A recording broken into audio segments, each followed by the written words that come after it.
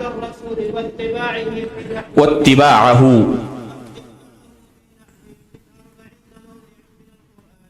قوله تعالى من يطع الرسول فقد اطاع الله وقوله تعالى وما ارسلنا من رسول الا ليطاع باذن الله. احسن تبارک اللہ فیک. اس کے بعد شیخ الاسلام ابن تیمیہ رحمہ اللہ نے سنت کی اہمیت اور منکرین سنت پر رد کیا ہے. آگے کی عبارت میں سنت کی اہمیت کو بیان کیا ہے اور جو لوگ سنت کا انکار کرتے ہیں ان پر رد کیا ہے. چنانچہ فرماتے ہیں کہ اللہ رب العالمین نے قرآن کریم کے اندر ایک دو جگہوں پر نہیں تقریباً 40 جگہوں پر، اللہ اکبر، یہ شیخ الاسلام کا علم ہے. پورا قرآن ان کی نظر کے سامنے ہوتا تھا. کسی مسئلے کی دلیل دینا شروع کرتے، اور میں نے یہاں تمام آیتوں کو نقل نہیں کیا ہے، میں نے صرف اشارے کے طور پر 2 آیتوں کو نقل کیا ہے. انہوں نے آیتوں کا انبار لگا دیا ہے. ان کو صرف قرآن یاد نہیں تھا بلکہ پورے قرآن میں کسی موضوع پر گفتگو کرنی ہو تو کہاں پر اس موضوع کے تعلق سے آیتیں موجود ہیں ان کی نظر کے سامنے آ جاتی تھی تمام.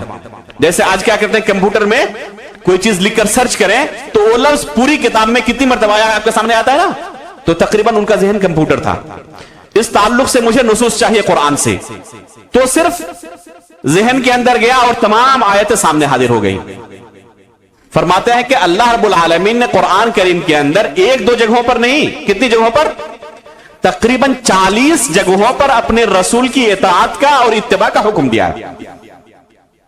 اور لوگ کیا کہتے ہیں کہ سنت یہ حجت نہیں ہے، اللہ کے رسول صلی اللہ علیہ وسلم کا حکم ہمارے لیے حجت نہیں ہے، قابل اتباع نہیں ہے، قرآن ہمارے لیے کافی ہے. کیا حقیقت میں وہ قرآن پر عمل کرتے ہیں؟ جو لوگ یہ بات کہتے ہیں کم از کم ان 40 آیتوں کا انکار کرتے ہیں نہیں کرتے، جن آیتوں کے اندر اللہ رب العالمین نے اپنے رسول کی اتباع اور اطاعت کا حکم دیا ہے.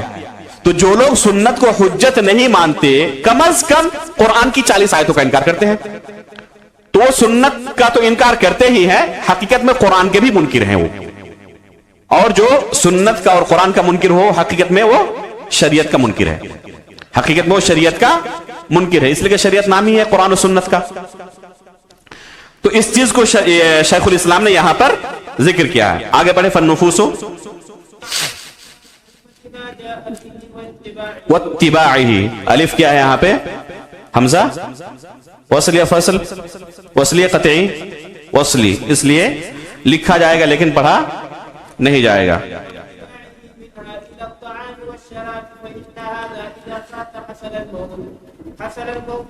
موت فی الدنیا، اللہ اکبر. آب زر سے لکھنے کے قابل ہے یہ جملہ.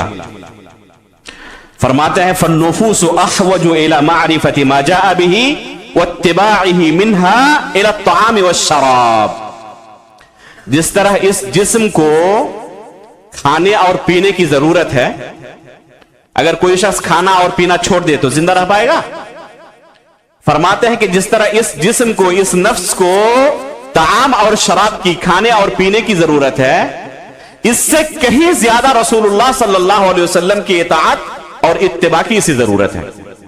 کیونکہ یہ جسم اگر کھانا پینا چھوڑ دے تو اس کو کیا نقصان حاصل ہوگا؟ یہی نہ کہ صرف موت آ جائے گی. اگر کھانا پینا چھوڑ دے فَإِنَّ هَذَا إِذَا فَاتَ حَصَلَ الْمَوْتِ، کھانا پینا چھوڑ دے تو زیادہ سے زیادہ کیا نقصان ہوگا؟ موت ہو جائے گی.